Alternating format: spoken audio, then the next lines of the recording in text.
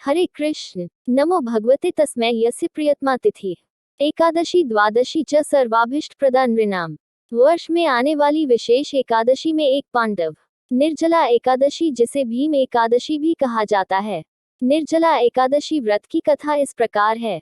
भीमसेन व्यास जी से कहने लगे कि हे पितामह, भ्राता युधिष्ठिर, माता कुंती, द्रौपदी, अर्जुन, नकुल और सहदेव आदि सब एकादशी का व्रत करने को कहते हैं, परंतु महाराज मैं उनसे कहता हूँ कि भाई मैं भगवान की शक्ति पूजा आदि तो कर सकता हूँ, दान भी दे सकता हूँ, परंतु भोजन के बिना नहीं रह सकता। इस पर व्यास जी कहने लगे कि हे भीमसेन, यदि तुम नरक को बुरा और स्वर्ग को अच्छा समझते हो तो प्रति मास की दोनों एकादशियों को अन्न मत खाया करो। भीम कहने लगे कि हे पितामह, मैं तो पहले ही कह चुका हूँ कि मैं भूख सहन नहीं कर सकता। यदि वर्ष भर में कोई एक ही व्रत हो तो वह मैं रख सकता हूँ, क्योंकि मेरे पेट में वृक नाम वाली अग्नि है, सो मैं भोजन किए बिना नहीं रह सकता। भोजन करने से वह शांत रहती है, इसलिए पूरा उपवास तो क्या एक समय भी बिना भोजन किए रहना कठिन है। अतः आप मुझे कोई ऐसा व्रत बताइए जो वर्ष में केवल एक बार ही करना पड़े और मुझे स्वर्ग की प्राप्ति हो जाए। श्री व्यास जी कहने लगे कि हे पुत्र, बड़े बड़े ऋषियों ने बहुत शास्त्र आदि बनाए हैं जिनसे बिना धन के थोड़े परिश्रम से ही स्वर्ग की प्राप्ति हो सकती है। इसी प्रकार शास्त्रों में दोनों पक्षों की एकादशी का व्रत मुक्ति के लिए रखा जाता है।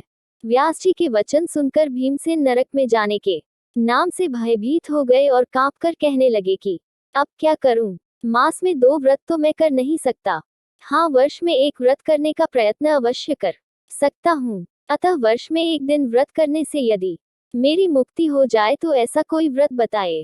अतः आप मुझे कोई ऐसा व्रत बताए जो वर्ष में केवल एक बार ही करना पड़े और मुझे स्वर्ग की प्राप्ति हो जाए। श्री व्यास जी कहने लगे कि हे पुत्र, बड़े बड़े ऋषियों ने बहुत शास्त्र आदि बनाए हैं जिनसे बिना धन के थोड़े परिश्रम से ही स्वर्ग की प्राप्ति हो सकती है। इसी प्रकार शास्त्रों में दोनों पक्षों की एकादशी का व्रत मुक्ति के लिए रखा जाता है।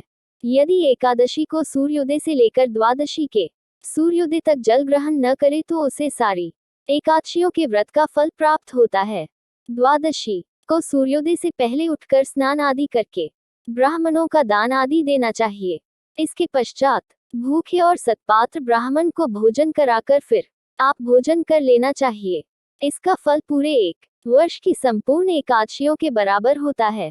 जो मनुष्य निर्जला एकादशी का व्रत करते हैं उनकी मृत्यु के समय यमदूत आकर नहीं घेरते, वरन भगवान के पार्षद उसे पुष्पक विमान में बिठाकर स्वर्ग को ले जाते हैं। अतः संसार में सबसे श्रेष्ठ निर्जला एकादशी का व्रत है, इसलिए यत्न के साथ इस व्रत को करना चाहिए। उस दिन ओम नमो भगवते वासुदेवाय मंत्र का उच्चारण करना चाहिए और गोदान करना चाहिए। इस प्रकार व्यास जी की आज्ञानुसार भीमसेन ने इस व्रत को किया, इसलिए इस एकादशी को भीमसेनी या पांडव एकादशी भी कहते हैं। निर्जला व्रत करने से पूर्व भगवान से प्रार्थना करें कि हे भगवान, आज मैं निर्जला व्रत करता हूँ, दूसरे दिन भोजन करूंगा।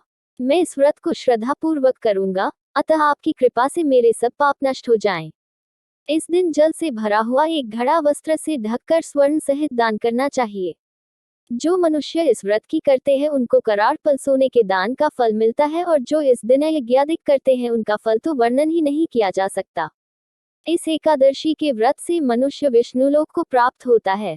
जो मनुष्य इस दिन खाते हैं वे चांडाल के समान हैं, वे अंत में नरक में जाते हैं। जिसने निर्जला एकादशी का व्रत किया है वह चाहे ब्रह्म हत्यारा हो, मद्यपान करता हो, चोरी की हो या गुरु के साथ द्वेष किया हो, मगर इस व्रत के प्रभाव से स्वर्ग जाता है। हे कुंती पुत्र, जो पुरुष या रत्री श्रद्धापूर्वक इस व्रत को करते हैं उन्हें अग्रलिखित कर्म करने चाहिए। प्रथम भगवान का पूजन, फिर गोदान, ब्राह्मणों को मिष्ठान्न दक्षिणा देनी चाहिए तथा जल से भरे कलश का दान अवश्य करना चाहिए। निर्जला के दिन अन्न, वस्त्र, उपाहन, जूती आदि का दान भी करना चाहिए। जो मनुष्य भक्तिपूर्वक इस कथा को पढ़ते या सुनते हैं उन्हें निश्चय ही स्वर्ग की प्राप्ति होती है।